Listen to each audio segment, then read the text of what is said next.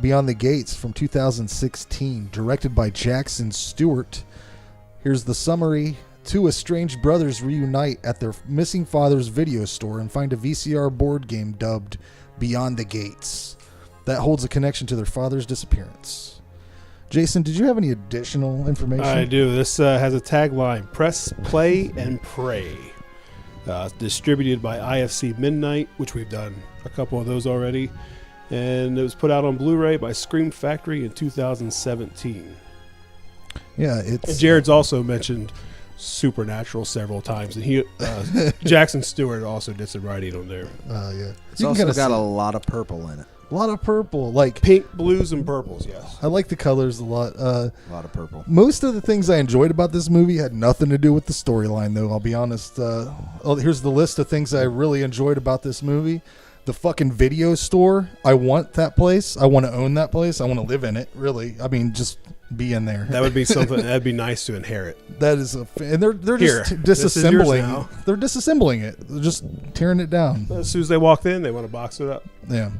The VHS game itself brought back memories of me really wanting to play those things, but I don't think I ever did. Did you guys? Yes, I did. Which one did you play? Nightmare? Yeah, that seems to be the most popular one. Yeah, I played the crap out of that game. I never owned it, but had friends across the street and down the way who had it. Man, I always wanted to play that shit. I just never got to.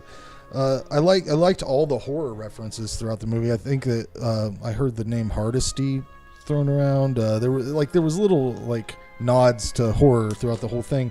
Of course, Barbara Crampton is fucking still beautiful as shit. I like Barbara Crampton and very highly effective as like a creepy ghost figure type thing. She was a producer too, wasn't she? Yeah. I like the idea of the movie a lot, but not necessarily the execution. I think I wanted more out of it. Like I wanted more shit to happen board game related, but not a whole lot of. It's kind of uneventful. Basically. Well, yeah, I know what you mean. You wanted more to happen. Like once they started playing the game, I really wanted something more. But then again, it's low budget. You do what you can. So I think the easiest thing to do is throw some lights in there, make it colorful. Yeah, the colors were really fantastic. But great theme song too. The way it comes in, and then showing the workings of a VCR. Oh yeah, that was awesome. Yeah, there was a lot of things I enjoyed about it, but I wanted more of a Jumanji kind of thing. I wanted like bats and shit. Like I wanted it to be horrored out, like werewolves and shit. Why wasn't there just werewolves everywhere? Again, it's budget. Yeah, it's true. Overall, it was fine the way they did things. I gave it a 6 out of 10. I really enjoyed it.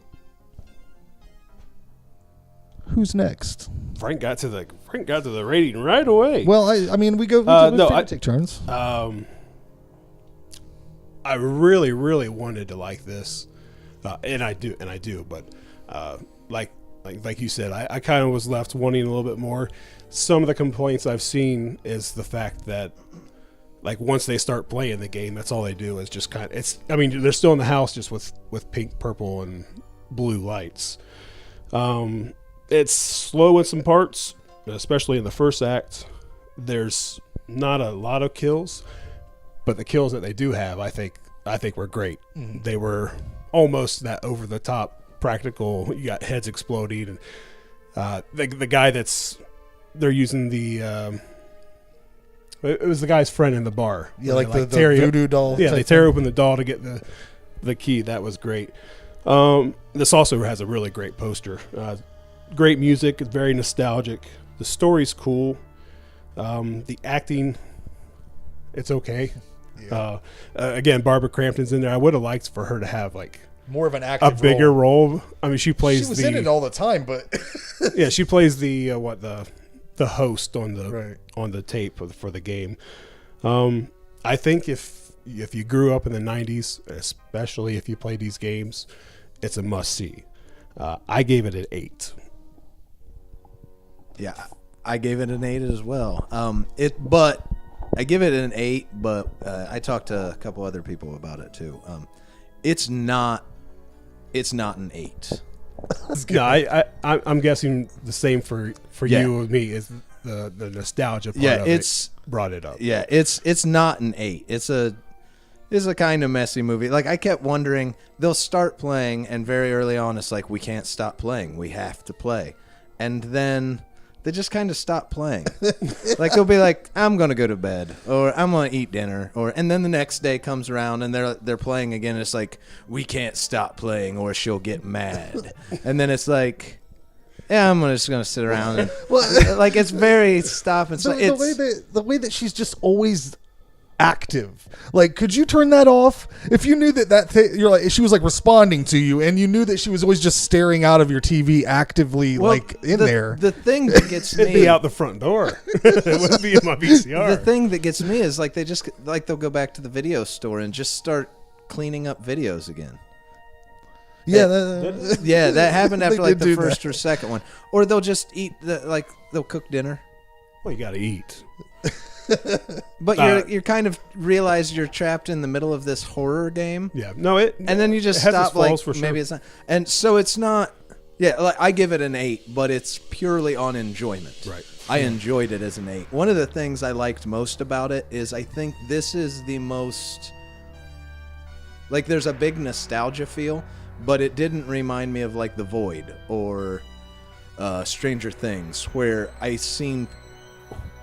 felt like they were obviously, there's a few parts, but where they're obviously tipping their hands to nostalgia. It felt authentic.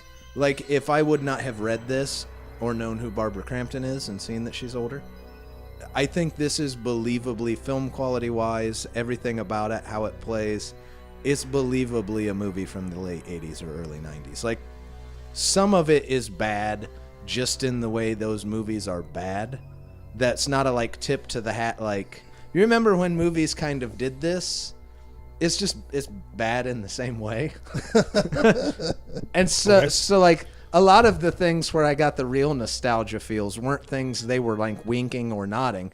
It was like, oh, that wasn't very good, but in a way that a lot of movies I loved growing up weren't very good. It really, so I give it an 8 because I thought it was fun as shit. If I was actually ranking it on how solid of a movie it is, it would be lower. Yeah, it's slower. Yeah, and not a lot happens. And again, once they start playing the game, the only thing that's really different is the colors. But the colors are beautiful. Yeah, I love it. I love the way it looks. The thing that I thought was weird, well, it was funny, was when I was looking up, like before I watched it, just doing a little research, I was like, I can't find a single fucking picture of anything that happens in the movie. It's because it was so sparse with things. Well, yeah, there's 4 keys in the game, so there was probably 4 deaths. Yeah, there's 4 deaths, but then they die again.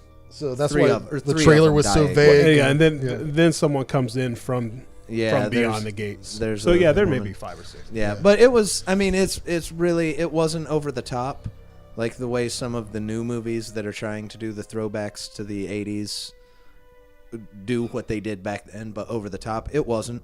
It's like a lot of those late 80s movies where you get it and it looks like it's going to be great, but you find out that they didn't do as much as you wanted with it. There weren't as many deaths as you hoped. It was very... another great character in this, and actually people are...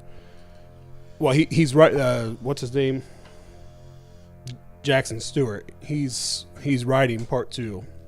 But what a lot of people are hoping for is the character that was inside the store. Yeah. That weird guy. They go to the store to try to find where the dad purchased the game. They're hoping for kind of a spin-off of just... Oh, that'd be good. Just him. He has a good character. I mean, and his store, I imagine you could fill it with all sorts of... Yeah. You could do an anthology movie. You could pass this game around a lot of times. It wouldn't even have to be the game. Like anything in that store, some kind of a curse. You could do an anthology movie.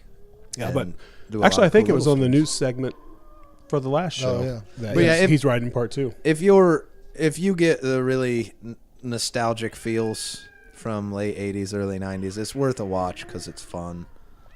But if you don't, you're probably going to say, well, that's an idea that they didn't do near enough with and was kind of boring. You could almost say if you didn't appreciate horror like as much as we do, you might say you just watched some people play a board game, but